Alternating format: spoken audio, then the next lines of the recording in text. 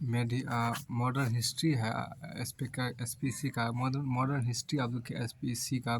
तो ये आपको अध्याय 1 है। अध्याय 1 के अंतर्गत यहाँ पर हम आपको इकाई 1 है जिसके अंदर स्रोत एवं उपागम को पढ़ेंगे। स्रोत एवं उपागम इकाई 1 अध्याय 1, 2 अध्याय 1 पढ़ेंगे यहाँ पर भारतीय इतिहास के स्रोत।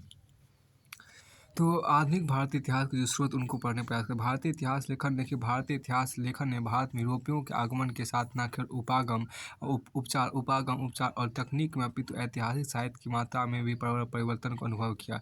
शायद कोई भी काला अवधि या देश शायद कोई भी कालावधि या देश 18वीं शताब्दी से 20वीं शताब्दी के दौरान ऐतिहासिक सामग्री की प्रचुरता पर भारत जैसी गर्भोक्ति नहीं कर सका। आधुनिक भारत के इतिहास के निर्माण राज्य के अभिलेखों विभिन्न स्थलों पर सरकारी अभिकरणों के दस्तावेजों को सर्वोच्च प्राथमिकता दिए जाने की आवश्यकता है। राज्य के अभिलेख यहाँ पर देखिए ईस्ट इंडिया कंपनी के ईस्ट इंडिया कंपनी के अभिलेखों ने 1600 से 1857 की कालावधि के दौरान व्यापार दशाओं का विस्तृत वर्णन प्रदान किया। यह सत्य है कि ब्रिटेन की वाणिज्यिक कंपनी ने हजारों मील दूर एक बड़े क्षेत्र पर अपनी राजनीतिक सर्वोच्चता स्थापित की, जिसके लिए एक प्रकार के प्रशासन की आवश्यकता थी जो पूरी तरह कागजों पर था। प्रत्येक नीति लिखित होती थी और प्रत्येक व्यवसाय एवं लेनदेन प्रेषण परामर्श एवं कार्रवाई गुप्त पत्र एवं अन्य पत्राचार के माध्यम से होता था, जिसके परिणाम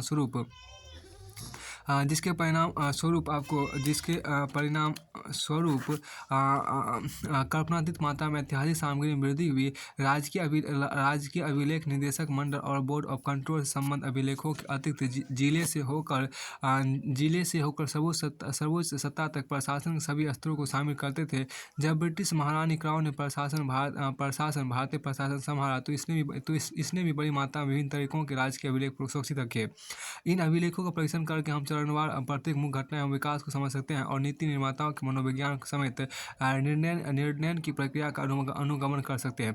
इन अभिलेखों के अतिरिक्त अन्य यूरोपियन ईस्ट इंडिया कंपनी, पुर्तगाली, डच एवं फ्रांसीसी का अभिलेख भी 17वीं और 18वीं शताब्दी के इतिहास सृजन हेतु उपयोगी है। प्राथमिक तौर पर ये आर्थिक इतिहास की दृष्टि से महत्वपूर्ण है, लेकिन राजनीतिक व्यवस्था के बारे में इनसे काफ़ी कुछ प्राप्त किया जा सकता है।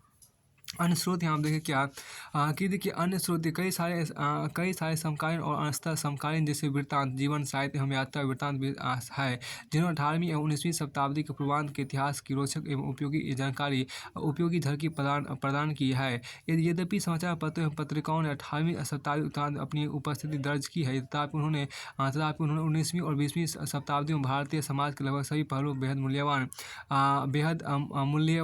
मूल्यवान सूचनाएं प्रदान की। आधुनिक भारत के इतिहास के अन्य स्रोतों में मौखिक प्रमाण, सृजनात्मक साहित्य और पेंटिंग्स शामिल है।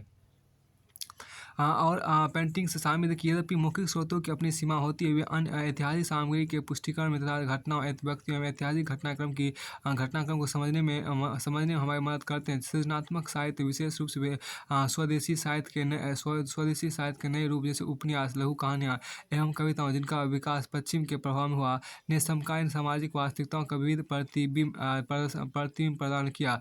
चित्रकारी में नए पैटर्न जो औपनिवेशिक काल के दौरान दिखाई दिया ने उस समय के जीवन को समझने में मदद की। इस प्रकार इन स्रोतों में ऐतिहासिक अभिलेख एवं गैर अभिलेखबद्ध स्रोत शामिल है। पुरालेखीय सामग्री यहाँ पर देखिए इतिहास के अन्य भागों की भांति आधुनिक भारतीय इतिहास लेखन में भी पुरालेखीय सामग्री का महत्वपूर्ण स्थान है। पुरालेखीय सामग्री ऐसे दस्तावेज है जिन्हें कोई संगठन, लोक, प्राधिकार, संस्था, व्यवसाय या परिवार अपने कार्यों के दौरान तैयार करता है। फिर आपको आगे यहाँ पर है और जिन्हें तत्पश्चात वर्ती ऐतिहासिक अनुसंधान या भविष्य के कार्यों के नियोजन में संदर्भ के लिए उनके अधिकार एवं गतिविधियों के प्रमाण के तौर पर सुरक्षित रखा जाता है। व्यापक तौर पर आधुनिक काल के राजकीय अभिलेखों की 4 श्रेणियां हैं। पहला केंद्र सरकार के पुरालेख, दूसरा राज्य सरकार के पुरालेख, तीसरा मध्यवर्ती एवं अधीनस्थ प्राधिकरणों के अभिलेख और चौथा न्यायिक अभिलेख। इनके अतिरिक्त निजी अभिलेखों में विदेशों में उपलब्ध अभिलेखीय स्रोत भी है। ब्रिटिश समय के कुछ प्रकाशित अभिलेख भी है जो आधुनिक देखिए, जो आधुनिक भारतीय इतिहास के विद्यार्थियों के मूल्यवान सूचना प्रदान करते थे, केंद्र सरकार के पुरालेख देखिए, नई दिल्ली स्थित राष्ट्रीय अभिलेखागार भारत सरकार का अधिकतर पुरालेखों को सहेजता है। यह संग्रह 18वीं शताब्दी के मध्य से वर्तमान समय तक के आधुनिक भारत के सृजन हेतु अभिलेखों का अटूट श्रृंखला प्रदान करता है। लोक विभाग के अभिलेख देखिए, लोक विभाग के अभिलेख 1777 के रेगुलेटिंग अधिनियम से संवैधानिक परिवर्तन, केंद्रीकृत राज व्यवस्था को उदय और कंपनी के प्रशासनिक व्यवस्था के विकास का अध्ययन हेतु विस्तृत स्रोत सामग्री प्रदान करता है। इसके अतिरिक्त 1857 के पश्चात के प्रशासनिक एवं संवैधानिक विकास जैसे लोक सेवाओं का गठन, स्थानीय स्वशासन का प्रारंभ, स्थानीय स्वशासन प्रारंभ, भारतीयकरण की समस्या और प्रांतों का प्रादेशिक पुनर्गठन इत्यादि बेशकीमती सामग्री भी इस श्रृंखला में पाई जाती है। देखिए, जेम्स रेनर के 1767 में प्रथम सर्वेयर जनरल ऑफ बंगाल के रूप में नियुक्ति के जेम्स रेनर की 1767 में प्रथम सर्वेयर जनरल ऑफ बंगाल के रूप में नियुक्ति के साथ भारत के अनजान क्षेत्रों एवं इसके सीमा क्षेत्रों का वैज्ञानिक रूप से मानचित्रण शुरू हुआ। भारतीय सर्वेक्षण के अभिलेखों एवं सर्वेयरों के जर्नल्स एवं वृत्तांतों ने न केवल भौगोलिक अध्ययन के लिए अपितु समकालीन सामाजिक, आर्थिक दशाओं और अन्य महत्वपूर्ण ऐतिहासिक तथ्यों के अध्ययन के लिए मूल्यवान सूचनाएं प्रदान की है। लोक न्यायिक एवं विधायी विभागों कार्रवाइयों ने औपनिवेशिक सरकार की सामाजिक एवं धार्मिक नीतियों के अध्ययन हेतु पर्याप्त प्रमाण प्रदान किए हैं। रिफॉर्म कार्यालय का अभिलेख भारत में 1920 से 1937 के दौरान संवैधानिक विकास के विश्लेषणात्मक अध्ययन के लिए बेहद उपयोगी है।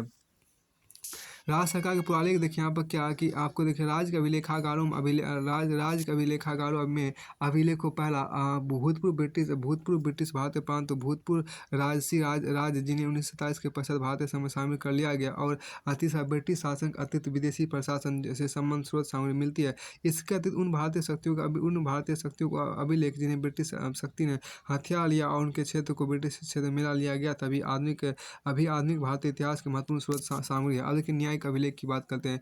न्यायिक अभिलेख भारत में न्यायिक प्रशासन के विकास का प्राथमिक प्रदान करते हैं। देखिए, ये विभिन्न वर्गों के लोगों की सामाजिक, आर्थिक दशा संबंधी महत्वपूर्ण जानकारी प्रदान करते हैं। फोर्ट सेंट जॉर्ज में मेयर के कोर्ट का पुरालेख 1689 ईस्वी के प्रारंभ पर सबसे पहले उपलब्ध न्यायिक पुरालेख है। अब यह मद्रास अभिलेख देखिए, कार्यालय में है। देखिए, फोर्ट विलियम में मेयर कोर्ट के प्लासी पूर्व 1757 के पहले अभिलेख नष्ट हो गए प्रतीत होते हैं, लेकिन 1753 से 1773 के वर्षों का अभिलेख 1734 के वर्षों के अभिलेख बंगाल के सर्वोच्च न्यायालय सहित कलकत्ता उच्च न्यायालय का अभिलेख कक्ष में रखे गए हैं। इसी प्रकार 1728 में बॉम्बे में स्थापित मेयर कोर्ट के अभिलेख महाराष्ट्र सचिवालय रिकॉर्ड ऑफिस में उपलब्ध, जहाँ पर बॉम्बे अभिलेख न्यायालय एवं सुप्रीम कोर्ट के अभिलेख भी रखे गए। ऐतिहासिक अनुसंधान एवं दृष्टिगत 3 प्रेसिडेंटियों के सदर कोर्ट, सदर दीवानी और फौजदारी अदालतों के न्यायिक अभिलेख बेहद उपयोगी है। इनसे संबंधित अभिलेखों को कलकत्ता, मद्रास एवं बॉम्बे उच्च न्यायालयों में सुरक्षित रखा गया है। अभियान के प्रकाशित अभिलेखीय सामग्री आधुनिक भारत के इतिहास के सृजन हेतु बेहद महत्वपूर्ण सूचना स्रोत है। संसदीय पत्र अत्यधिक महत्वपूर्ण पुरालेखीय प्रकाशन होते हैं, जिसमें आपको क्राउन के अंतर्गत ईस्ट इंडिया कंपनी और भारत सरकार के अभिलेखों से विपुल उद्धरण शामिल है। 18 से 1907 के बीच जारी संसदीय पत्रों की सूची उपलब्ध है। राष्ट्रीय अभिलेखागार और विभिन्न राज्य अभिलेखागार द्वारा जारी अभिलेख प्रकाशन आधुनिक भारतीय इतिहास के विद्यार्थियों के अत्यधिक उपयोगी है। भारतीय एवं प्रांतीय विधानमंडलों की कार्यवाहियाँ केंद्रीय एवं प्रांतीय सरकारों द्वारा प्रकाशित गजट और समय पर जारी विधियाँ एवं विनियमों का संग्रह ऐतिहासिक शोध हेतु उपयोगी सामग्री है। निजी पुरालेख देखिए, निजी अभिलेखों में आपको व्यक्तियों एवं परिवारों संबंध एवं संबंध पत्र एवं दस्तावेज होते हैं जिन्होंने आधुनिक भारत व्यवसाय तथा एवं औद्योगिक निगम तथा राजनीतिक, सामाजिक, धार्मिक, शैक्षणिक एवं सांस्कृतिक गतिविधियों को समर्पित संस्थाओं, समाज एवं संगठनों के विकास में महत्वपूर्ण भूमिका अदा की है। देखिए, देश की शैक्षिक एवं सांस्कृतिक उन्नयन से संबंध देश की शैक्षिक एवं सांस्कृतिक उन्नयन से संबंध समृद्ध सामग्री विश्वविद्यालय एवं शैक्षिक संसाधनों के पुरालेख में उपलब्ध है। पुरालेख में आपको उपलब्ध है। फिर आपको आगे यहाँ पर है देखिए, देश की शैक्षिक एवं सांस्कृतिक उन्नयन से संबद्ध समृद्ध सामग्री विश्वविद्यालय एवं शैक्षिक संस्थानों के पुरालेख में उपलब्ध है। बैंकों व्यापार घराने और चैम्बर ऑफ कॉमर्स का अभिलेख आर्थिक परिवर्तनों के अध्ययन में बेहद उपयोगी है। राष्ट्रवादी आंदोलन के प्रसिद्ध एवं प्रमुख नेताओं के पत्र तथा नई दिल्ली स्थित नेहरू मेमोरियल म्यूजियम एवं लाइब्रेरी में भारतीय राष्ट्रीय कांग्रेस जैसे संगठनों का अभिलेख भारतीय स्वतंत्रता संघर्ष के इतिहास के संवर्धन में अत्यधिक उपयोगी है। देखिए, यहाँ पर क्या विदेशी संग्रहालयों की पुरालिक सामग्री। देखिए, विदेशी संग्रहालयों में आधुनिक भारतीय इतिहास से संबंधित बड़ी मात्रा में ऐतिहासिक सामग्री है। उदाहरणार्थ यूरोपियन संग्रहालय में भारतीय महत्व की पुरालेखीय एवं पांडुलिपि सामग्री व्यापक एवं विविध है। India office records, Commonwealth relations office London में कई सारे महत्वपूर्ण पुरालेखीय समूह हैं जो हमारे देश में उपलब्ध नहीं है। देखिए, ब्रिटेन में कई पुरालेखीय एवं पांडुलिपियां संग्रहालय है। विशेष रूप से लंदन में ब्रिटिश संग्रहालय में ब्रिटिश वायसराय, राज सचिव एवं अन्य उच्च स्तरीय सिविल एवं सैन्य अधिकारियों के पत्रों का संग्रह है, जिन्होंने भारत में कार्य किया और जिनकी उपयोगिता को मुश्किल ही आकलित किया गया। Church missionary society of London जैसी मिशनरी सोसाइटी पुरालेख विशेष महत्व के हैं, जिनके पुरालेख देश पुरालेख देश में आपको भारत में आपको शैक्षिक एवं सामाजिक विकास के बारे में सभी सूचना लिए हुए हैं। भारत में फ्रांसीसियों के इतिहास का अध्ययन के लिए आपको archives national, Paris of French ministry of foreign affairs, colonies and वार के पुरालेख समृद्ध स्रोत है और अत्यधिक उपयोगी है। फिर देखिए, रिक्सरचिप हैग में उपलब्ध। रिक्सरचिप आपको हैग में उपलब्ध डच ईस्ट इंडिया कंपनी के बड़ी मात्रा में अभिलेख भारत में डचों के विरुद्ध इतिहास को लिखने के लिए पर्याप्त है। इन अभिलेखों को 17वीं एवं 18वीं शताब्दियों के भारत के आर्थिक इतिहास के प्राथमिक स्रोत के तौर पर भी प्रयोग किया जा सकता है। देखिए, भारत में 1777 के पश्चात डच उपनिवेशों संबंधित दानिश क्राउन और डच ईस्ट इंडिया कंपनी के रिक्सर केविट कोपेनहेगन में उपलब्ध अभिलेख त्रेकोम्बर और सेरामपुर के बंदोबस्त के बारे में जानकारी का प्राथमिक स्रोत है। इसी प्रकार national archives of Portugal Lisbon में भारत का पुर्तगालियों से संबंधित मौलिक पत्रों का संग्रह है। भारतीय और विदेशों में चलाई गई राष्ट्रवादी गतिविधियों के इतिहास के सृजन के लिए विभिन्न देशों के विदेश मामलों संबंधी कार्यालयों के पुरालेख बेशकीमती है। उदाहरणार्थ, यूरोप में भारतीय क्रांतिकारी के बारे में उपयोगी सूचना या जानकारी जर्मनी फॉरेन ऑफिस के अभिलेख में है और संयुक्त राज्य अमेरिका में भारतीय क्रांतिकारी पर जानकारी अमेरिका के state department of justice department के पुरालेख में उपलब्ध है। हालांकि आधुनिक भारतीय इतिहास के 1947 से पूर्व के बेहद महत्वपूर्ण और समृद्ध पुरालेख स्रोत अब पाकिस्तान में अवस्थित है। इन अभिलेखों में सबसे अधिक महत्वपूर्ण संग्रह लाहौर के वेस्ट पाकिस्तान रिकॉर्ड ऑफिस में है, जिसमें 1894 से पंजाब सरकार के अभिलेखों के अतिरिक्त 1857 की दिल्ली रेजिडेंसी और विभिन्न राजनीतिक अभिकरणों का अभिलेख शामिल है। देखिए, जिन्होंने सम्मेलन पूर्व पंजाब में कार्य किया था। पेशावर में स्थित अभिलेख कार्यालय में 1849 में पेशावर के कमिश्नर के अभिलेख और 1901 उत्तर पश्चिम सीमा के प्रांतों का अभिलेख उपलब्ध है।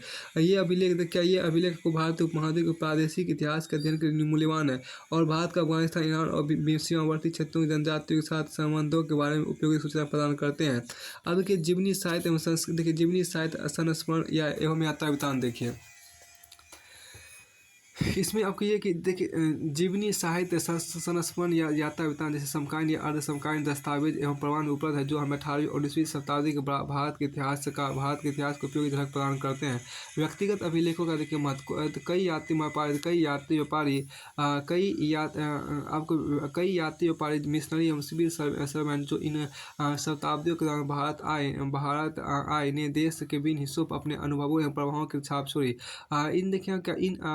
इन वृत्तांतों आधुनिक भारतीय इतिहास के अध्ययन हेतु बेहद उपयोगी स्रोत का कार्य किया है। इन लेखकों के समूह में सर्वप्रथम को मिशनरी ईसाई धर्म प्रचारक आते हैं, जिन्होंने स्थानीय निवासियों में सुसमाचार स्थानीय देखिए यहाँ पर क्या स्थानीय निवासियों में आपको सुसमाचार प्रचार करने के भारत में अधिकाधिक मिशनरीज भेजने के तथा अपने संबंध समाजों को प्रोत्साहित करने हेतु लेखन किया। कुछ सिविल सर्वेंट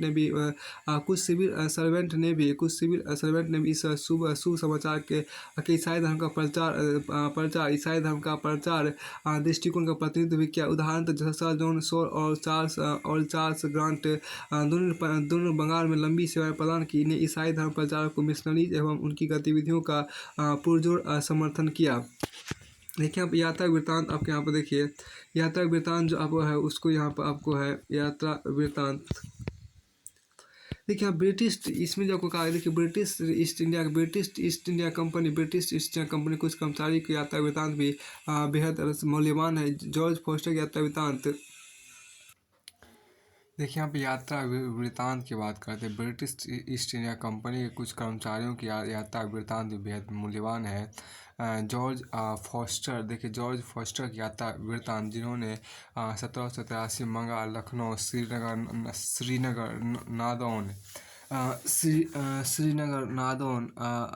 नादौन कश्मीर की यात्रा की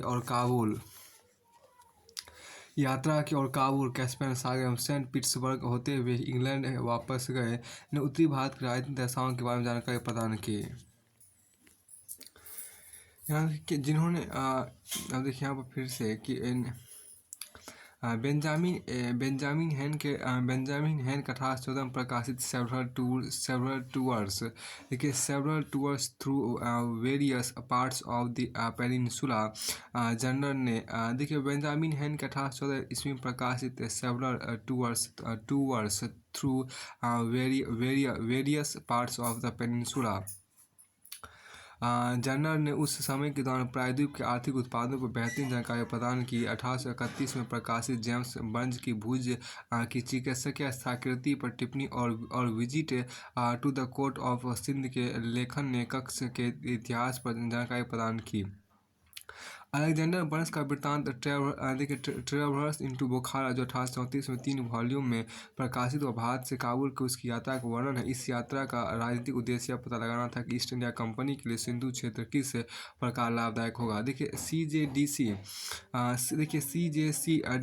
डेविडसन का 1843 में प्रकाशित diary of the travellers and adventures in upper India भी बेहद उपयोगी कार्य है। जॉन बटरल द्वारा असम 1855 में लिखा गया यात्रा वृत्तांत ट्रैवलर्स एंड एडवेंचर राज्य की पहाड़ी जनजातियों की प्रथाओं आदतों एवं समाज का वर्णन है। WH श्रीमैन की journey through the kingdom of Awadh की राजनीतिक और आर्थिक दशाओं को प्रतिबिंबित करती है। देखिए अंग्रेजों के अतिरिक्त अन्य यूरोपीय देशों के यात्री ने भी रोचक वृत्तांत प्रस्तुत किया है। इन श्रेणी में आपको Victor Jacquemont, captain Leopold von Orlich, baron Charles Hugel, John Martin Honigberger, William Moorcroft एवं जॉर्ज ट्रेबेक आदि प्रमुख रूप शामिल है। समाचार पत्र एवं पत्रिकाएं 19वीं और 20वीं शताब्दियों के समाचार पत्र और पत्रिकाओं अंग्रेजी के साथ साथ विभिन्न देशी भाषाओं में प्रकाशित ने आधुनिक भारतीय इतिहास के सृजन हेतु जानकारी के बेहद महत्वपूर्ण एवं प्रामाणिक स्रोत का निर्माण किया। कुछ समाचार पत्र 1780 दशक से भी पूर्व प्रकाशित हुए। भारत में समाचार पत्र प्रकाशित करने का प्रथम प्रयास अंग्रेजी ईस्ट इंडिया कंपनी के असंतुष्ट कर्मचारियों द्वारा किया गया, जो निजी व्यापार में कुरीतियों को उद्घाटित करना चाहते थे। भारत में आपको जेम्स आगस्टक हिक्के ने 1780 में पंजाब गजट या कलकत्ता जनरल एडवर्टाइजर नामक पहला समाचार पत्र प्रकाशित किया। तत्पश्चात द कलकत्ता गजट 1784 ईस्वी में, द बंगाल गजट 1785 ईस्वी में, the oriental magazine of Calcutta या कलकत्ता अम्यूजमेंट 1785 में, द कलकत्ता क्रॉनिकल 1786 में, द मद्रास कुरियर 1788 में और द बॉम्बे हेराल्ड 1789 जैसे कई प्रकाशन प्रकट हुए। देखिए महत्वपूर्ण समाचार पत्र देखिए क्या प्रेस एक्ट 1835 प्रेस एक्ट 1835 की नरम नीति जो 1856 तक जारी रही ने देश में समाचार पत्रों के विकास को प्रोत्साहित किया। 19वीं शताब्दी उत्तरार्ध से कई प्रभावशाली समाचार पत्र प्रसिद्ध एवं 19वीं शताब्दी के 19वीं शताब्दी उत्तरार्ध से कई प्रभावशाली समाचार पत्र प्रसिद्ध एवं निडर पत्रकारों के नेतृत्व में सामने आए। कुछ महत्वपूर्ण समाचार पत्र थे जो जी सुब्रमण्यम अय्यर के संपादक में द हिंदू और स्वदेश मित्रन बांग्ला तिलक के नेतृत्व में केसरी और महाराठा सुंदर नाथ बनर्जी के नेतृत्व में बंगाली शिशिर कुमार घोष और मोतीलाल घोष के नेतृत्व में अमृत बाजार पत्रिका, गोपाल गणेश अगरकर के नेतृत्व में सुधारक एन सेन का इंडियन मिरर, दादाभाई नौरोजी का voice of India, GP Verma का एडवोकेट, पंजाब में ट्रिब्यून एवं अखबार बॉम्बे में देखिए बॉम्बे में इंदु प्रकाश ध्यान प्रकाश कल एवं गुजराती बंगाल में सोम प्रकाश बंग निवासी एवं संधारणी। यह रोचक तथ्य है कि 1885 में गठित भारतीय राष्ट्रीय कांग्रेस के लगभग एक तिहाई संस्थापक पत्रकार थे। यह 1885 में गठित भारतीय राष्ट्रीय कांग्रेस के लगभग एक तिहाई संस्थापक पत्रकार। देखिए विदेशी प्रकाशन की बात यहाँ पर आपको है। देखिए कुछ समाचार पत्र एवं पत्रिकाओं का प्रकाशन विदेशों में भी हुआ। उदाहरणार्थ श्याम जी कृष्ण वर्मा ने लंदन में इंडियन सोशियोलॉजिस्ट का प्रकाशन किया। इसी प्रकार को मैडम भिखाजी कामा ने पेरिस से वंदे मातरम और वीरेंद्र नाथ चट्टोपाध्याय ने बर्लिन से तलवार प्रकाशित किया। इस संदर्भ में 20वीं शताब्दी के दूसरे दशक के दौरान सैन फ्रांसिस्को से गदर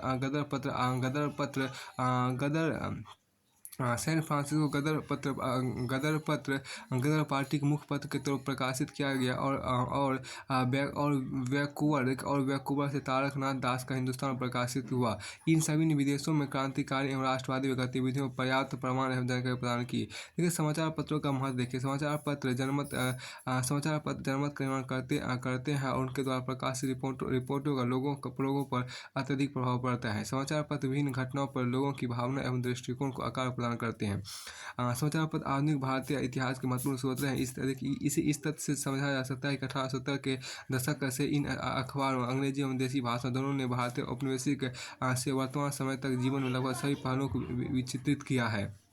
1920 के दशक से आपको अखबारों ने गांधी के नेतृत्व में स्वतंत्रता हेतु राष्ट्रवादी संघर्ष के दौरान प्रमुख घटनाओं को सूक्ष्म तरीके से विश्लेषित एवं शामिल किया। हालांकि समाचार पत्रों को निष्पक्ष तौर पर नहीं देखा गया। इन्हें ऐसे लोगों द्वारा प्रकाशित किया गया जिनके अपने राजनीतिक विचार एवं वैश्विक मत थे। मौखिक प्रमाण के अंतर्गत देखिए कि मौखिक इतिहास और लिखित स्रोतों की मदद से इतिहास के सृजन को संदर्भित करता है। उदाहरणार्थ व्यक्तित्व संस्मरण एक प्रकार का मौखिक स्रोत। व्यक्तित्व स्रोतों से इतिहासकार अपने विषय की सीमाओं की विस्तार कर सकते हैं। हालांकि कई इतिहासकार मौखिक इतिहास के प्रति संस्कृत वे इसे नकारते हैं। चूँकि मौखिक तथ्यों में आपको प्रामाणिकता एवं कार्यक्रम का अभाव होता है और वे अस्पष्ट हो सकते हैं। इतना होते हुए भी ये स्रोत महत्वपूर्ण है, जैसा कि वे इतिहासकारों के अन्य स्रोतों से जुटाई जानकारी की पुष्टि करने में मदद करते हैं। सृजनात्मक साहित्य की बात यहाँ पर की गई है। आधुनिक भारतीय इतिहास के स्रोत के तौर पर सृजनात्मक साहित्य के संदर्भ में हम स्वयं को पश्चिम के प्रभावाधीन भारत में 19वीं और 20वीं शताब्दियों में विकसित अंग्रेजी एवं देसी भाषा दोनों में नवीन साहित्यिक रूपों तक सीमित करेंगे। देखिए देसी भाषाओं में प्राचीन साहित्य पूरी तरह पद रूप में है और यह साहित्य 18वीं और 19वीं शताब्दी पूर्वांध के दौरान मौजूद था। नवीन साहित्यिक केंद्रों का विकास देखें आप 19वीं शताब्दी अंग्रेजी साहित्य के प्रभावाधीन भारतीय काव्य ने अपने नएपन को पुनः हासिल किया और यह छंद गीतात्मक एवं चतुष्पद जैसे नवीन रूपों के साथ प्रयोग था। सबसे ऊपर देखिए, सबसे ऊपर नवीन सृजनात्मक भावना का बाहुल्य था जिसने काव्य के रूप को बदल डाला। देखिए, मंच के अभ्युदय ने आधुनिक युग के सृजनात्मक साहित्य को एक नई दिशा प्रदान की। मंच की स्थापना ने शास्त्रीय संस्कृत नाट्य और पश्चिमी मंचन दोनों के प्रभाव में नाटक रूपी साहित्य की अत्यधिक उन्नति को आवेग प्रदान किया।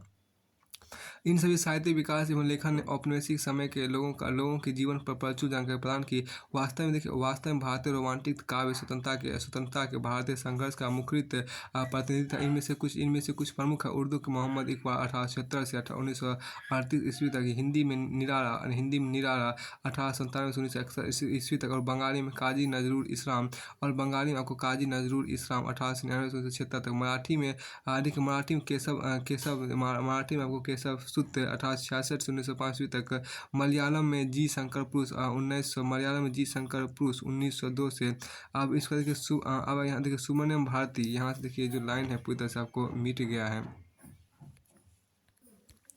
देखिए यहाँ पर आपको सुब्रमण्यम भारती 1882 से 1921, सुब्रमण्यम भारती 1882 से 1921 ईस्वी तक प्रसिद्ध तमिल राष्ट्रवादी कवि भी इसी काल से संबंधित थे। सुब्रमण्यम भारती 1882 से 1921 और प्रसिद्ध तमिल राष्ट्रवादी कवि भी इसी काल से संबंधित। अब देखिए स्रोत के रूप में उपन्यास हम अपने वाली किताब से देखते हैं। देखिए स्रोत के रूप में उपन्यास यहाँ पर आपको देखिए जो कहा गया है कि इंडो यूरोपियन, देखिए यहाँ पर क्या इंडो यूरोपियन संपर्क का महत्वपूर्ण परिणाम उपन्यास था। इंडो यूरोपियन संपर्क का महत्वपूर्ण परिणाम उपन्यास था जो 19वीं सदी के उत्तरायण में उदित हुआ। उस समय के प्रथम, देखिए आप उस समय के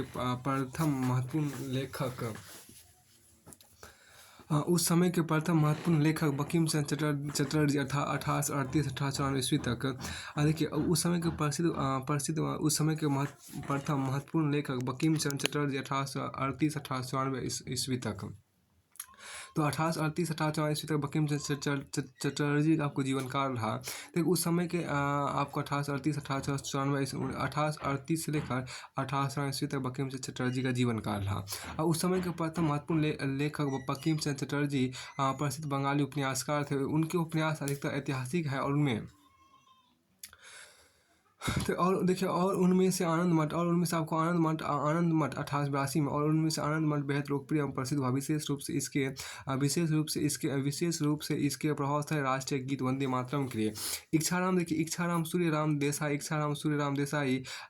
मध्यकालीन गुजराती साहित्यिक इतिहास के बेहतरीन विद्वान थे, और इच्छाराम सूर्यराम देसाई का जीवन का 1853 से लेकर 1912 ईस्वी तक रहा। उनका प्रथम उपन्यास हिंद आने ब्रिटानिका राजनीतिक अधीश्वर वाले शुरुआती उपन्यासों में से एक था। महान क्रांतिकारी विचारक एवं लेखक सखाराम गणेश देउस्कर ने देश में स्वाधीनता की चेतना के जागरण के लिए 1904 में बांग्ला में देशेर कथा लिखी। देखिए गिरजा देवी और रामतीर्थ धम्माल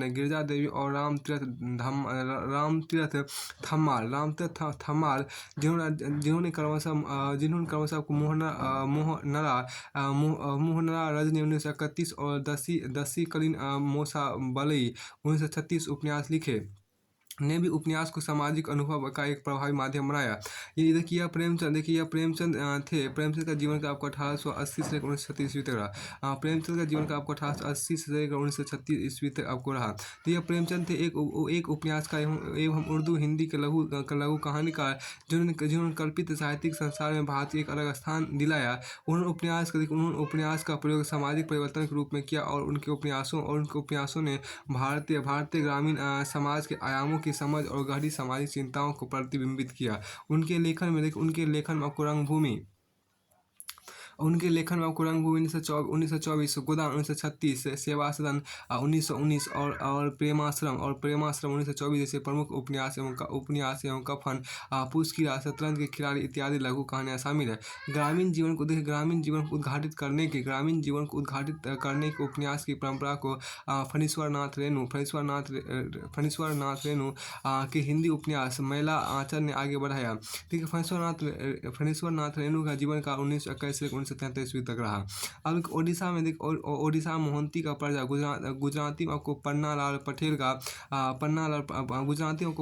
पटेल का मेकलजीत, मराठी में आपको भालचंद नेमाडे का कोसला प्रमुख है। देखिए, मुल्कराज आनंद एवं राजा राव जैसे एंग्लो इंडियन लेखकों के उपन्यास क्रमशः आपको अनटचेबल 1935 और कंथापुरा 1938 ने सामाजिक और राजनीतिक कोलाहल एवं संक्रमण को दर्शाया है। आर के नारायण की स्वामी एंड फ्रेंड्स 1935 भारत का अद्भुत लघु रूप को प्रस्तुत करती है। लघु कहानी लेखन के क्षेत्र में रविन्द्रनाथ टैगोर एक प्रसिद्ध लेखक के रूप में उदित हुआ। उनकी कहानियाँ जिनमें पोस्ट मास्टर 1891, काबुली वाला 1892 इत्यादि शामिल है, ग्रामीण भारत के प्रमाणिक अनुभव के रूप में सामने आए। प्रेमचंद की वास्तविक कहानियों ने समाज एवं लोगों के व्यवहार का दर्पण प्रस्तुत किया। तो ऐसे कई अन्य देखिए आप ऐसे कई अन्य लघु कहानी लेखक हुए जिन्होंने औपनिवेशिक भारत की समकालीन सामाजिक वास्तविकता को प्रतिबिंबित किया। चित्रकला की यहाँ देखिए क्या चित्रकला देखिए औपनिवेशिक काल के दौरान आपको सामाजिक, आर्थिक, राजनीतिक एवं सांस्कृतिक जीवन के बारे में जानकर उस समय की चित्रकारी से प्राप्त की जा सकती है। देखिए, इन्हें आधुनिक भारतीय इतिहास के स्रोत के रूप में प्रयोग किया जा सकता है। देखिए, स्रोत के रूप में चित्रकला देखिए, ऐसा ही एक चित्रकला विद्यालय था कंपनी पेंटिंग शब्द का प्रयोग गैर इतिहासकारों द्वारा यूरोपियों के लिए निर्मित एक विशेष प्रकार की भारतीय चित्रकारी के लिए प्रयोग किया गया, जो बड़े पैमाने पर यूरोपियों की इच्छा एवं पसंद से प्रभावित थे। कंपनी चित्रकला का विकास देखिए, यह ऐसा समय था जब चित्रकारों के संरक्षण के अभाव के चलते मुगल और राजपूत लघु चित्रकला का पतन हो गया। भारतीय कलाकारों के रेलवे प्रोजेक्ट और प्राकृतिक इतिहास संरक्षण के ब्लूप्रिंट का खाका तैयार करने के लिए अंग्रेजी ईस्ट इंडिया कंपनी द्वारा भर्ती किया। इन्होंने ब्रिटिश नागरिकों के लिए स्वतंत्र रूप से काम किया, जो वापसी पर इंग्लैंड एक निशानी ले जाना चाहते थे। 1760 के आसपास मुर्शिदाबाद से कई चित्रकार पटना आ गए। 18वीं शताब्दी के अंत तक पटना 11 कला केंद्रों का मुख्यालय बनाया गया, जिसमें से ब्रिटिश ईस्ट इंडिया कंपनी ने बंगाल को विभाजित कर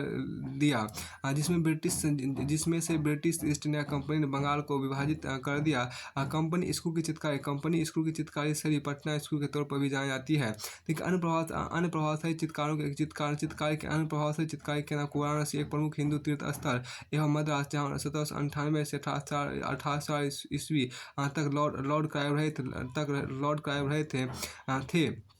ब्रिटिश देखिए यहाँ पर क्या ब्रिटिश भारत में देखिए ब्रिटिश बाजार में अनाज, फल एवं सब्जियाँ बेचने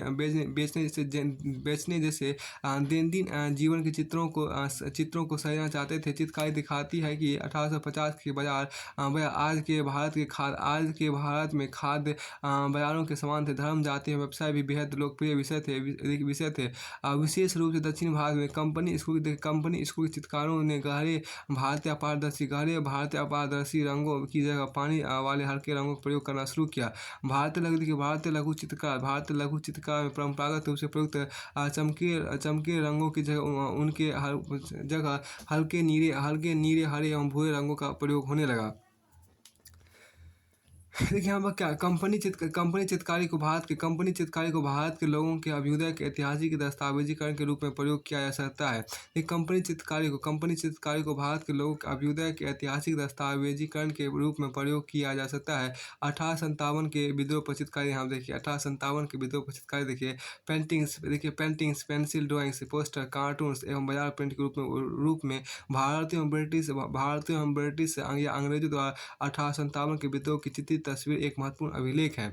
विद्रोह की पेंटिंग है, क्या विद्रोह की पेंटिंग इस प्रमुख घटना पर अंग्रेजों और भारतीय विश्व मत को समझने एवं व्याख्या करने में इतिहासकारों के महत्वपूर्ण आपको है।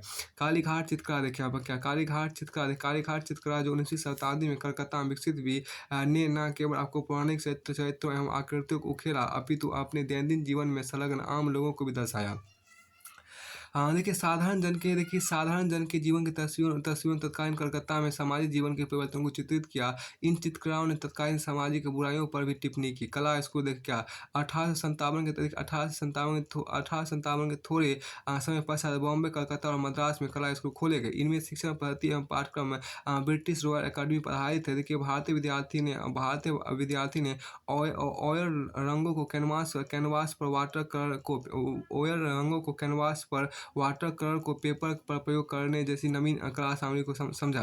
भारत में अंग्रेजी शिक्षित शहरी मध्य वर्ग की विचारधारा एवं दृष्टिकोण में गहरा बदलाव आया। अंग्रेजी साम्राज्य के नकारात्मक परिणामों के प्रति जागरूकता में वृद्धि हुई। अंग्रेजी साम्राज्य के नकारात्मक परिणामों के प्रति जागरूकता में वृद्धि हुई।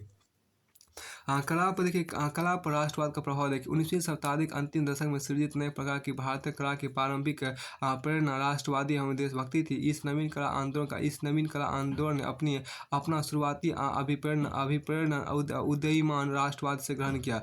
नंदलाल बोस एवं राजा रवि वर्मा जैसे कलाकार इस नवीन कला रूप के प्रतिनिधि थे। अविंद्रनाथ टैगोर ई बी हॉवेल एवं आनंद कैंटिक्स कुमारस्वामी के नेतृत्व में बंगाल स्कूल के अभ्युदय ने एक महत्वपूर्ण भूमिका निभाई। यद्यपि इस नवीन कला रूप की चित्रकारी ने शुरुआती रूप में भारतीय प्रणाली विज्ञान एवं साहित्यिक विरासत की विषय वस्तु पर ध्यान केंद्रित किया। ये भारत में आधुनिक कला आंदोलन का अध्ययन एवं कला इतिहासकारों के लिए महत्वपूर्ण स्रोत है। देखिए यहाँ पर सारांश की बात की। देखिए आधुनिक भारतीय इतिहास के स्रोत यहाँ देखिए पुरालेखीय सामग्री में इसके जो स्रोत है। देखिए पुरालेख लोक एवं निजी आधुनिक भारतीय इतिहास के अध्ययन हेतु अत्यधिक मूल्यवान स्रोत सामग्री का निर्माण करते हैं। दूसरा देखिए भारत सरकार के पुरालेख अधिकतर नेशनल आर्काइव्स ऑफ इंडिया नई दिल्ली में सुरक्षित है। 18वीं शताब्दी के मध्य से वर्तमान समय तक राजकीय अभिलेखों को प्रदान करते हैं। तीसरा देखिए तीन प्रेसिडेंट्स बंगाल, मद्रास और बॉम्बे के पुरालेख विशेष रूप से बेहद उपयोगी है।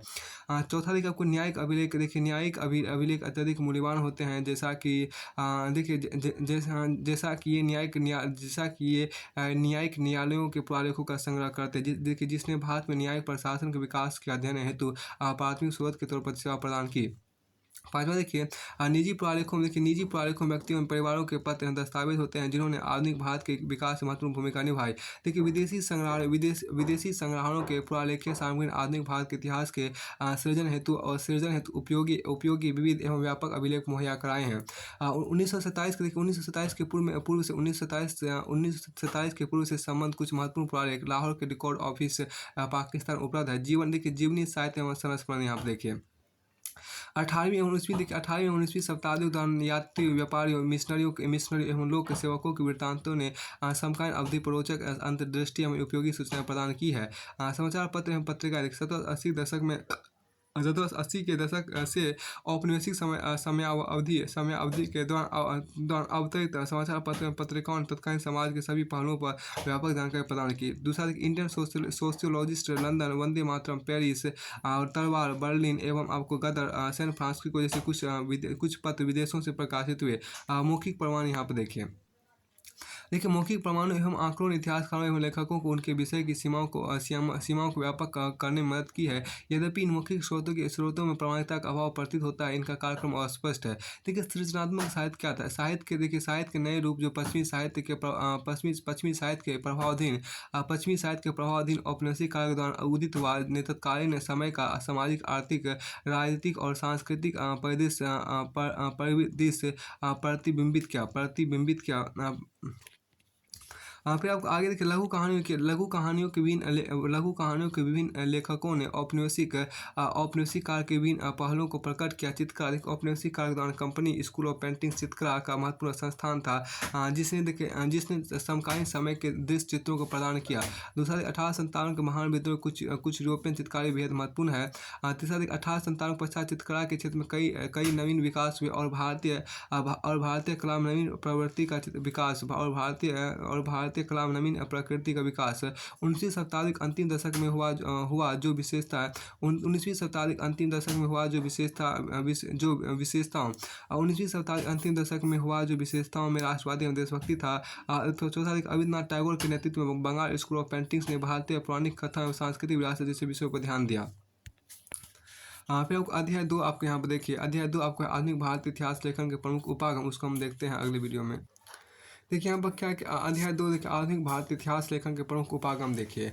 इतिहास लेखन देखिए, इतिहास लेखन हिस्टोरियोग्राफी इतिहास के ऐतिहासिक लेखन या ऐतिहासिक व्याख्या है। इतिहास एक ऐसी जानकारी नहीं है जिसे अपरिवर्तित रूप में पीढ़ी दर पीढ़ी सौंपा जाए। देखिए ऐतिहासिक परिस्थितियों का व्याख्या की जानी चाहिए और स्पष्टीकरण प्रमाणों के विश्लेषण पर आधारित होनी चाहिए। तर्क वितर्क से उपजे सामान्यीकरण प्रदान किया जाना चाहिए। नवीन प्रमाणों के साथ या मौजूदा प्रमाणों की नवीन व्याख्या या स्पष्टीकरण सहित अतीत की एक नई समझ प्राप्त की जा सकती है कि इसका अनुसरण करने के उन तरीकों एवं शैलियों के प्रति संवेदनशीलता की आवश्यकता है जिसमें उस समय के लोग जीवन यापन करते थे और अपने अतीत के बारे में सोचते थे। इतिहास लेखन को उपागम ज्ञान के रूप में इतिहास को समझने की भूमिका बन जाते हैं। देखिए व्यापक रूप में इतिहास के 4 संप्रदाय या स्कूल हैं। पराधिक औपनिवेशिक, दूसरा राष्ट्रवादी, तीसरा है आपको मार्क्सवादी, चौथा आपको अधीनस्थ या उपाश्रित है। हालांकि इतिहास लेखन के दो अन्य संप्रदायवादी एवं कैम्ब्रिज भी आपको है। देखिए औपनिवेशिक उपागम यहाँ पर देखिए, इसमें जो आपको कहा गया देखिए औपनिवेशिक उपागम या इतिहास लेखन 2 अर्थों में प्रयोग किया जाता है। एक औपनिवेशिक देशों के इतिहास से संबंधित है, जबकि दूसरा ऐसे कार्य की ओर इशारा करता है जो प्रभुत्व की औपनिवेशिक विचारधारा से प्रभावित था। आज अधिकतर इतिहासकारों ने औपनिवेशिक उपागम के दृष्टिगत लिखा है। वास्तव औपनिवेशिक अधिकारियों द्वारा औपनिवेशिक देशों के बारे में लेखन कार्य प्रभुत्व की इच्छा एवं औपनिवेशिक शासन का औचित्य से संबंध था। साथ ही साथ पश्चिमी संस्कृति एवं मूल्यों की प्रशंसा तथा व्यक्तियों का महिमा मंडन किया गया जिन्होंने औपनिवेशिक साम्राज्यों को स्थापित किया।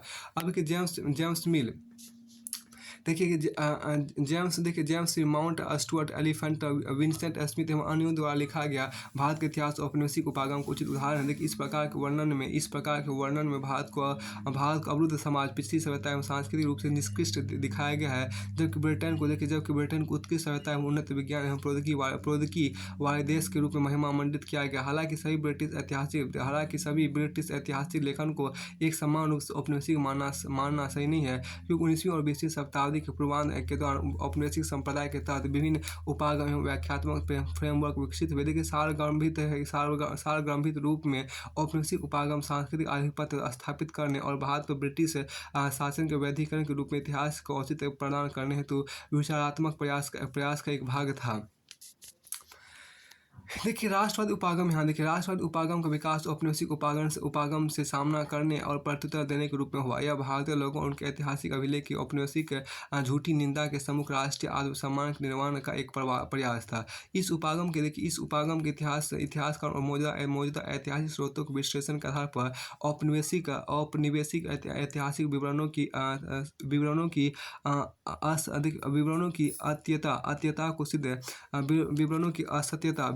असत्यता को सिद्ध करने का प्रयास किया। भारतीय इतिहास के राष्ट्रवादी उपागम को ऐसे उपागम के रूप में विवेचित किया जा सकता है जिसने राष्ट्रवादी भावनाओं को बढ़ाने में योगदान किया और धार्मिक जाति, भाषा एवं वर्ग भेदभाव के सम्मुख लोगों को एकजुट किया। राष्ट्रवादी उपागम मुख्य रूप से भारतीय इतिहास के प्राचीन एवं मध्यकालीन युग के बारे में वर्णन करता है। देखिए यह आधुनिक काल में मौजूद नहीं था और स्वतंत्रता प्राप्ति के पश्चात अस्तित्व में आया। 1927 से पूर्व आधुनिक भारत के राष्ट्रवादी इतिहासकारों का कोई संप्रदाय स्कूल मौजूद नहीं था। Dadabhai Naoroji, M G Ranade, G B. Joshi और R C. Dutt, K T. Telang, G K. Gokhale एवं डी.ई. वाछा जैसे गैर अकादमिक राष्ट्रवादी अर्थशास्त्री द्वारा 19वीं शताब्दी के अंत में उपनिवेशवाद की विस्तृत एवं वैज्ञानिक आलोचना विकसित की गई। फिर 20वीं शताब्दी के पूर्वार्ध में K T. Shah, V C. Kale, C M. Vakil, D R. Gadgil, Gyanchand, V K. R V. Rao, Wadia एवं मर्चेंट जैसे कई अकादमिक अर्थशास्त्र उनके पदचिन्हों का अनुसरण किया। राष्ट्रवादी उपागम ने सामाजिक सुधार आंदोलन को उचित स्थान दिया, लेकिन उनका इस और आलोचनात्मक दृष्टिकोण नहीं रहा, और उन्होंने अक्सर निम्न जाति और जनजाति द्वारा चलाए गए मुक्ति आंदोलन की उपेक्षा की। उन्होंने ऐतिहासिक विकास में भारत की उत्कृष्टता को सिद्ध करने के प्रयास में भारतीय सामाजिक संस्थाओं के ऐतिहासिक मूल्यांकन की उपेक्षा कर दी। कुल मिलाकर इस उपागम ने आर्थिक, सामाजिक और सांस्कृतिक इतिहास की उपेक्षा की। अब हम आगे देखिए मार्क्सवादी उपागम की बात है। हम देखिए मार्क्सवादी उपागम में क्या, मार्क्सवाद ने उल्लेखनीय रूप से भारतीय इतिहास लेखन की अधिकांश प्रवृत्ति को किसी न किसी तरीके से प्रभावित किया। भारतीय इतिहास के सभी क्षेत्रों में, चाहे इसे काल या विषय द्वारा विभाजित करे, मार्क्सवादी इतिहासकारों ने महत्वपूर्ण मार्क्सवादी इतिहासकारों ने मार्क्सवादी इतिहास को महत्वपूर्ण योगदान किया या दिया। देखिए विभिन्न क्षेत्रों में उनके कार्यों ने इतिहास लेखन के मार्ग या दिशा को परिवर्तित किया। औपनिवेशिक समाजवादी संप्रदाय स्कूल की तरह मार्क्सवादी इतिहासकारों ने औपनिवेशिक स्वामियों एवं अधीन लोगों के हितों के बीच प्रारंभिक संघर्ष एवं विरोध को स्पष्ट रूप से देखा। राष्ट्रवादियों के समान वे भारतीय समाज के विभिन्न वर्गों के लोगों के बीच अंत विरोधों के प्रति पूरी तरह सजग थे। देखिए हालांकि उनमें से कुछ विशेष रूप से रजनी पाम दत्त प्रारंभिक साम्राज्यवादी विरोधी संघर्ष और द्वितीय अंत विरोधों के उपचार को समन्वित करने में पूरी तरह असफल हैं, और औपनिवेशिक विरोधी संघर्ष को वर्ग या सामाजिक संघर्ष से संतुलित करने का प्रयास किया। मार्क्सवादी इतिहासकारों राष्ट्रीय आंदोलन को भी संरक्षित देखिए मार्क्सवादी इतिहासकार ने राष्ट्रवादी आंदोलन को भी संरक्षित बुर्जुआ आंदोलन के रूप में देखने का प्रयास किया, और इसके मुक्त एवं सर्ववर्गीय रूप की उपेक्षा की। अब अधीनस्थ या उपासित उपागम, अधीनस्थ या उपासित अध्ययन शीर्षक ऐसे विवरणों की श्रृंखला है जिसे शुरू में रंजीत गुहा के संपादक में प्रकाशित किया गया। अधीनस्थ उपागम संप्रदाय की शुरुआत मौजूदा इतिहास लेखन के आलोचक के रूप में 1980 के दशक में इसने अपने प्रवृत्तियों के माध्यम से अन्य ऐतिहासिक उपागमों पर लोगों की आवाज़ की उपेक्षा करने का आरोप लगाया। शुरू से ही अधीनस्थ उपागम ने बताया कि भारतीय इतिहास लेखन की समस्त परंपरा का झुकाव अभिजात वर्ग की तरफ है, अतः यह पक्षपाती है। अधीनस्थ उपासित इतिहासकारों के दृष्टिकोण से औपनिवेशिक काल में भारतीय कालों को भारतीय समाज में मूलभूत विरोध एवं संघर्ष एक तरफ कुलीन भारतीय एवं विदेशी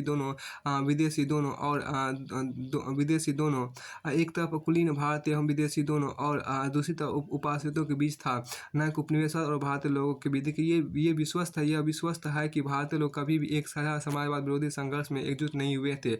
इसके बावजूद वे मानते हैं कि दो भिन्न आंदोलन या धाराएं थी।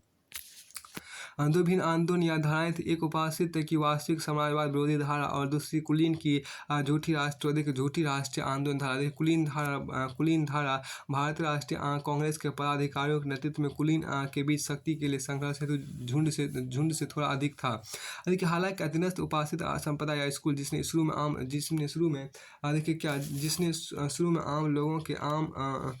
आम लोगों के दृष्टिगत इतिहास लिखने के वचन दिखाए थे, लोगों की स्वयं की सचेतता पर आधारित थी। नवीन स्रोतों की खोज नहीं कर पाया जो लोकप्रिय अवधारणाओं के अधिकाधिक प्रतिबिंबित कर सके। इसका नवीन लेखन निरंतर उसी पुराने कुलीन स्रोतों पर आधारित था।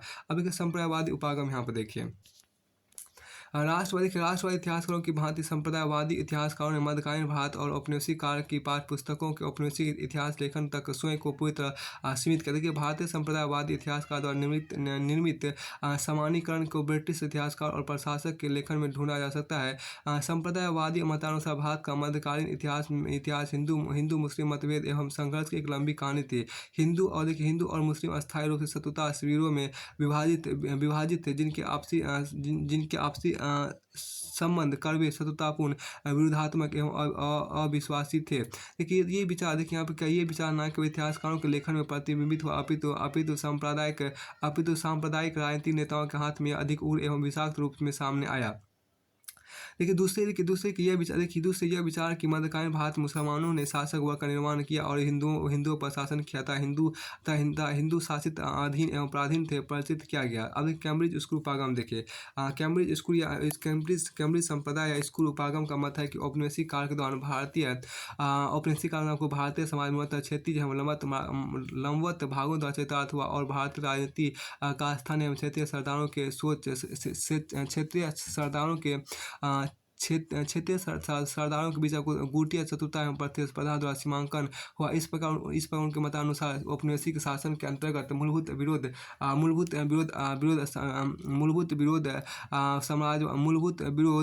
साम्राज्यवाद और भारतीय लोगों के बीच नहीं था, अपितु भारतीयों के बीच था। देखिए, इसके अतिरिक्त कैम्ब्रिज स्कूल इतिहासकार कहते हैं कि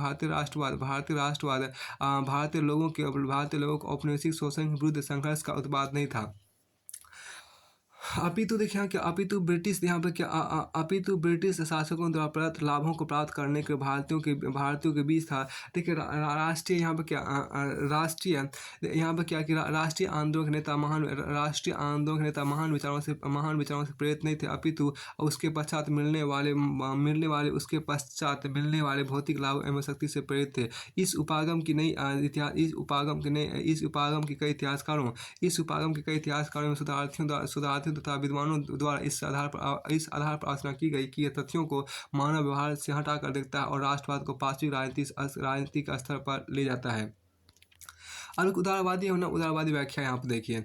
साम्राज्यवादी उपनिवेशवाद का पूर्ण मूल्यांकन 1980 के दशक से प्रारंभ हुआ। केन एवं हॉपकिंस, यहाँ पर क्या केन एवं हॉपकिंस 1993, केन एवं हॉपकिंस, पैट्रिक ओब्रायन केन एवं हॉपकिंस 1993 और पैट्रिक ओब्रायन 1988 था। डेविस एवं हटन बैक 1986 ने उपनिवेशवाद के चरित्र को लेकर मार्क्सवादी एवं वाम उदारवादी प्रबुद्ध वर्ग के कुछ निष्ठापूर्वक विचारों एवं दृष्टिकोणों पर प्रश्न उठाना शुरू किया।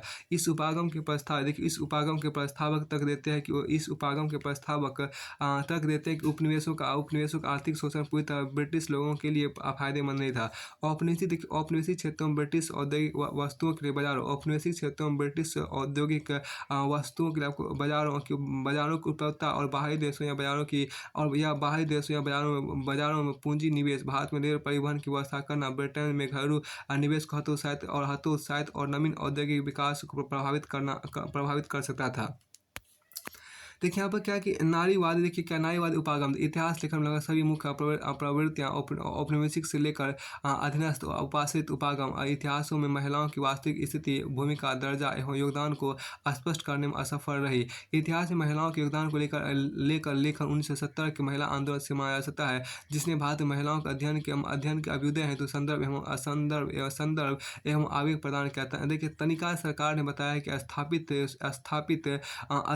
एवं चेतना परंपरा के तौर पर महिला इतिहास शुरुआत 1970 के दशक से शुरू हुई, क्योंकि कई नारीवादी बुद्धिजीवियों ने बलात्कार, दहेज एवं घरेलू हिंसा के विरुद्ध शक्तिशाली एवं उग्र आंदोलनों में स्वयं को संलग्न किया।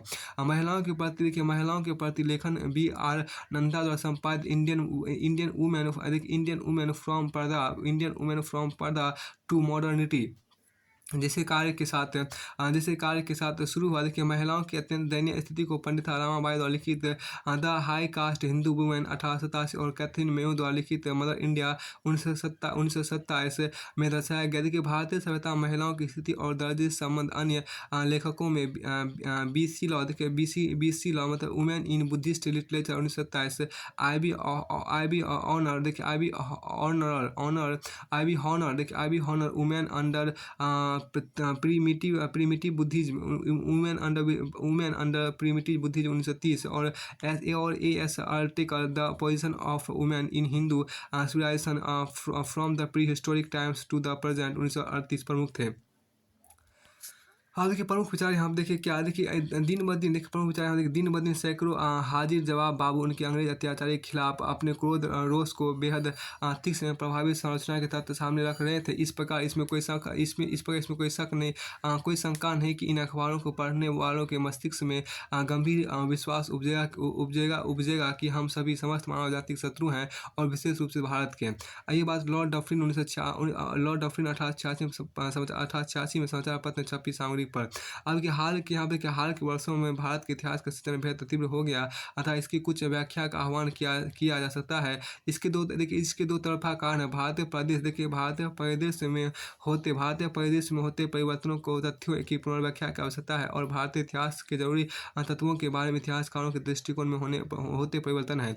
अब ये आपको वसीवर स्पीयर ने कहा था, कुछ इतिहासकारों विलंब से शुरू नवीन प्रवृत्ति जिससे इसके प्रस्तावकों द्वारा उपासित उपागम के रूप में आपको विवेचित किया गया। कुछ इतिहासकार विलंब से शुरू नवीन प्रवृत्ति देखिए जिसे इसके प्रस्तावकों द्वारा उपासित उपागम के रूप में विवेचित किया गया, जिसने सभी पूर्व के ऐतिहासिक लेखन मार्क्सवादी परिप्रेक्ष्य पर आधारित समेत को नकार दिया और इस पुरातन दिशाहीन इतिहास लेखन को उपासित उपागम से प्रतिस्थापित करने का दावा किया। ये बात बिपिन चंद्रा ने कहा। अब यहाँ देखिए क्या कि सारांश यहाँ समरी यहाँ देखिए आपको जो है अधिक आधुनिक भारत का अध्ययन हेतु इतिहास के प्रमुख उपागम देखिए जेम्स मिल, एल्फिंस्टन, B.A. स्मिथ एवं अन्य जैसे इतिहासकारों एवं लेखकों द्वारा प्रस्तुत औपनिवेशिक उपागम ने भारत को अवरुद्ध एवं पिछड़े समाज एवं सभ्यता के तौर पर चित्रित किया और जबकि अपने देश ब्रिटेन को गौरवशाली रूप में प्रस्तुत किया। इस उपागम ने भारत का ब्रिटिश द्वारा औपनिवेशीकरण को न्यायोचित ठहराया। राष्ट्रवादी उपागम औपनिवेशिक उपागम के दावे को नकार दिया और ब्रिटिश शासनों द्वारा भारत के शोषण को प्रस्तुत किया। मार्क्सवादी उपागम ने भारत में इतिहास लेखन की कला को प्रभावित किया। मार्क्सवादी उपागम ने औपनिवेशिक और साथ ही साथ राष्ट्रवादी उपागम की मूलभूत कमजोरियों को सामने रखा। फिर देखिए संप्रदायवादी उपागम ने जो मतकालीन भारत के औपनिवेशिक इतिहास लेखन पर आधारित था। हिंदू और मुस्लिम को दो भिन्न समूहों के रूप में देखा, जो अस्थायी रूप से लघु शिविरों में विभाजित थे।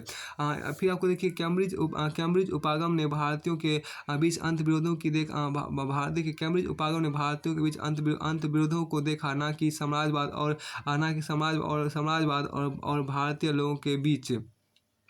देखिए उपासित उपागम ने लोगों की आवाज़ की उपेक्षा करने का आरोप मौजूदा सभी उपागमों पर लगाया। यद्यपि उसने लोगों की स्वचेतना पर आधारित नवीन इतिहास लिखे जाने का दावा किया, तथापि यह अपने कार्य में असफल नहीं हो पाया। उदारवादी और नव उदारवादी उपागम के साथ 1980 के दशक में इंग्लैंड में हुई। इस उपागम के अनुसार भारत में ब्रिटिश शासन उतना दमनात्मक या शोषणकारी नहीं था जितना वाम राष्ट्रवादी उन्मुख उपागम ने इसे प्रचारित किया। देखिए इसके प्रस्तावकों में पैट्रिक ओब्रायन, केन हॉपकिंस एवं हटन बेक प्रमुख है। भारत में नारीवादी उपागम की शुरुआत 1970 के दशक में हुई, जिसने महिला आंदोलन के आवेग प्राप्त किया। अब यहाँ देखिए ये जो चीज़ें आपका अध्याय 1 और 2 फिनिश होता है।